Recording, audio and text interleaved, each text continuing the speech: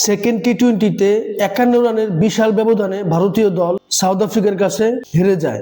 বোলারদের একটা খারাপ দিন যেতেই পারে, তবে টি-20 ক্রিকেটে 200 রান চেস করতে হলে অবশ্যই টপ অর্ডারদেরকে বড় স্কোর করতে হবে। বাট সেখানে ভারতীয় কোচের সবচাইতে favourite opener Shubman Gill back to back 2 ম্যাচে ফ্লপ, অথচ এই পজিশন সঞ্জু স্যামসন প্রায় 3টা সেঞ্চুরি করেছে টি-20 ক্রিকেটে। যাই হোক, অভিষেক শর্মা প্রতিদিন রান করে দিবে না। সূর্যকুমার যাদব গত 2 বছর ধরে তার ব্যাটে কোনো রান নেই, অথচ তার অ্যাটিটিউড দেখলে মনে হয় এগুলো কোনো ব্যাপার না। একদিন সূর্যকুমার যাদব নাম্বার 3-এ খেলছে, আজকে অক্ষর প্যাটেল নাম্বার 3-এ চলে এসেছে, অর্থাৎ ব্যাটিং লাইন আপের কোনো ঠিক নেই। সব মিলিয়ে ভারতীয় দলের এই এলোমেলো পারফরমেন্সের কারণে এই ম্যাচ ভারতীয় দল হেরেছে। আজকের ম্যাচে ভারতীয় দল টস জিতেই তারা ভুল সিদ্ধান্ত নিয়েছে, অর্থাৎ বোলিং করার সিদ্ধান্ত নিয়েছে এবং সাউথ আফ্রিকার batter Quinton de Kock, Reza Hendrix দুর্দান্ত সূচনা করে। রেজা হেন্ড্রিক্স আউট হয়ে যাওয়ার পরে আইডেন মাকরাম এবং কুইন্টন ডি কক তারা 11 ওভারে 120 রানের মতো করে ফেলে। এই ম্যাচে কুইন্টন ডি কক ছিলেন দুর্দান্ত, 46 বলে 90 রানের ঝকঝকে ইনিংস খেলে হতাশাজনক স্টাম্পিং এ তিনি আউট হয়ে যান। অন্যথায় সকলেই তার সেঞ্চুরির অপেক্ষায় ছিল।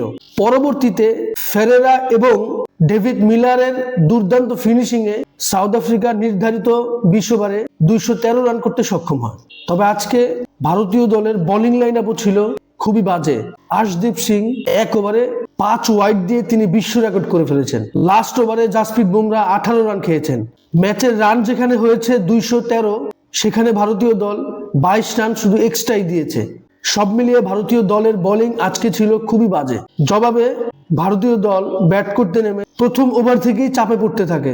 Shubman Gill back to back 2 ম্যাচে ফ্লপ। অভিষেক শর্মা যদিও চার্জ করেন, বাট খুব বেশি লম্বা করতে পারেনি।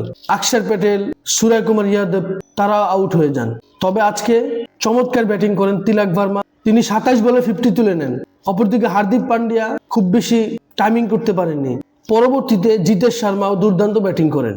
তবে ফলাফল 51 রানের বিশাল ব্যবধানে ভারতীয় দল সেকেন্ড টি-20 ম্যাচ হেরে যায়। এর দ্বারা 1-1 সিরিজ বরাবর হয়ে যায়। পরবর্তী টি-20 হবে এই সিরিজের ফাইনাল ম্যাচ, যে জিতবে সেই সিরিজ জিতে যাবে।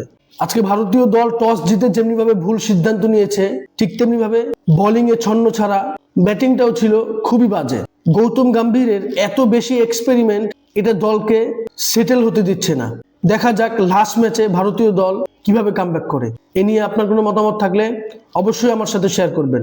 ভিডিওটি ভালো লাগলে লাইক, কমেন্ট, শেয়ার, সাবস্ক্রাইব করবেন। ধন্যবাদ।